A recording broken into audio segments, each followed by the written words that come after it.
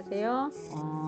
이번 차시 내용은 선생님은 교육과정 설계자에서 설계자가 꼭 갖춰야 됐으면 하는 그런 마음가짐 또는 철학 요거에 대한 이야기를 하도록 하겠습니다. 설계자라는 이야기가 바로 뭘까요? 자, 건축 설계에 대한 이야기로 한번 넘어가 보도록 하겠습니다. 건축가들은 이 건축가들은 자기가 이 집에서 살질 않잖아요. 자기가 지은 건물에서 다 사는 게 아니라 그것을 사용하는 사람들의 바램과 요구들을 잘 조합을 해서 배려를 해서 이 사람들이 요거를 만드는 거잖아요. 그래서 이 사람들은 이거에 대한 주체자가 되는 거죠. 그래서 이렇게 설계하는 사람들은 많은 것들을 고려해야 돼요. 그러면 우리 선생님들도 이제는 지식의 전달자가 아니라 이제 설계자라는 이런 말을 합니다. 자, 그러면 교사가 설계를 한다는 것. 바로 어떤 게 필요할까요? 바로 설계 계획이 필요합니다.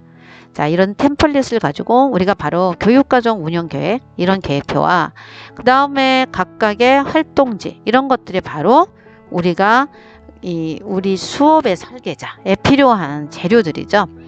자, 그런데 이러한 재료들은 이미 이제 이렇게 체계화돼서 잘 나와 있습니다.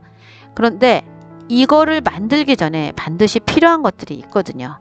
이런 여러 가지 생각들, 교육학, 인지심리학, 전공지식, 디지털 리터러시 이런 것들이 많아요. 그런데 이것보다도 더 중요한 게 있죠.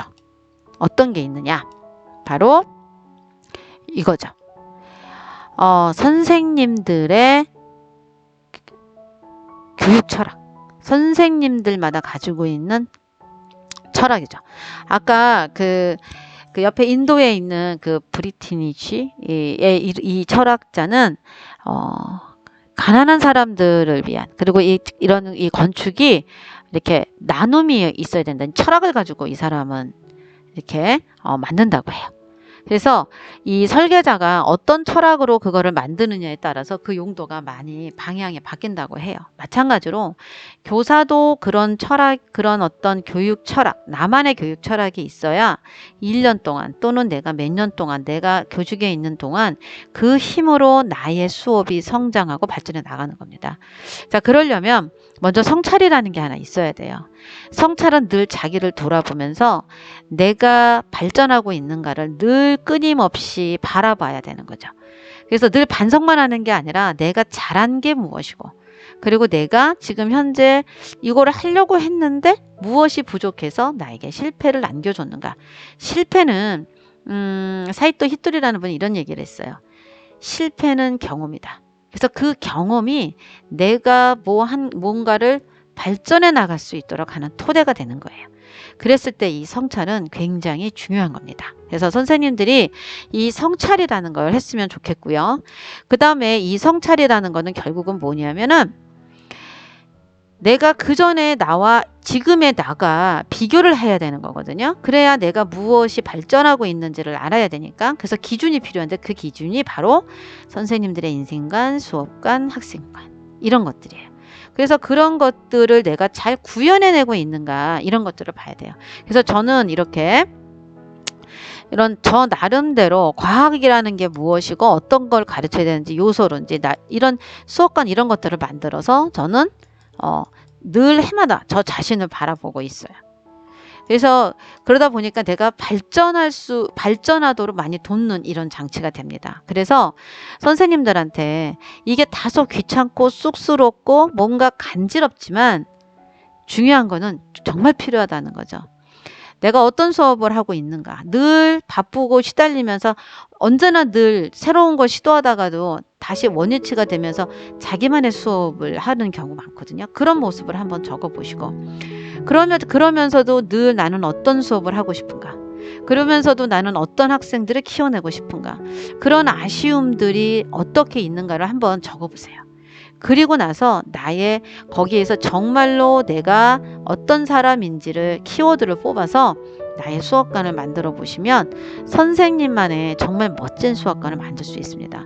그리고 이거는 1년마다 갱신하시면 되거든요. 갱신 아주 좋잖아요. 그리고 수업 방법도요. 선생님들이 연수를 받으면서 다양하게 알고 계세요. 근데 그 중에서도 꼭 써먹는 것만 써먹잖아요. 그래서 어떤 거를 써먹고 있는지 알고 있는 것 많은데 내가 뭘 써먹고 있는지를 한번 보세요. 평가 방법도 마찬가지고요. 그리고 나서 자기만의 노하우, 내가 흔들리지 않고 이거는 그래 맞아, 이건 내가 괜찮았어 하는 거를 선택하셔가지고 이 노란 박스에다가 적으시고, 그리고 내가 저건 늘 하고 싶었는데 한번 도전해 보세요. 그래서 선생님 거로 만들어서 그걸 한 두세 가지로 선생님만의 기법으로 만들어서 끌어가 보세요. 그러면 진짜 선생님만의 수업을 만들어 갈 수 있고 선생님만의 철학을 만들어 갈 수 있습니다. 이것이 그 어떤 것보다도 가장 중요하다는 것을 선생님한테 말씀을 드리고요. 이것이 얼마나 중요한지는 제가 참잘함 교실을 운영하면서 많이 배우게 됐어요. 그래서 그런 나침판을 나만의 나침판. 그런데 저는 작년하고 또 올해가 그런 어떤 저만의 철학도 성장을 하더라고요. 그러면서 저도 저렇게 성장을 하는 것 같아요. 그래서 선생님이 이런 성장의 기쁨들을 맛보시고 그러면서 또 다른 수업에 도전을 하시고, 그래서 선생님들의 그런 어떤 교사로서의 삶이 풍요롭기를 바라면서 오늘의 영상 마치겠습니다.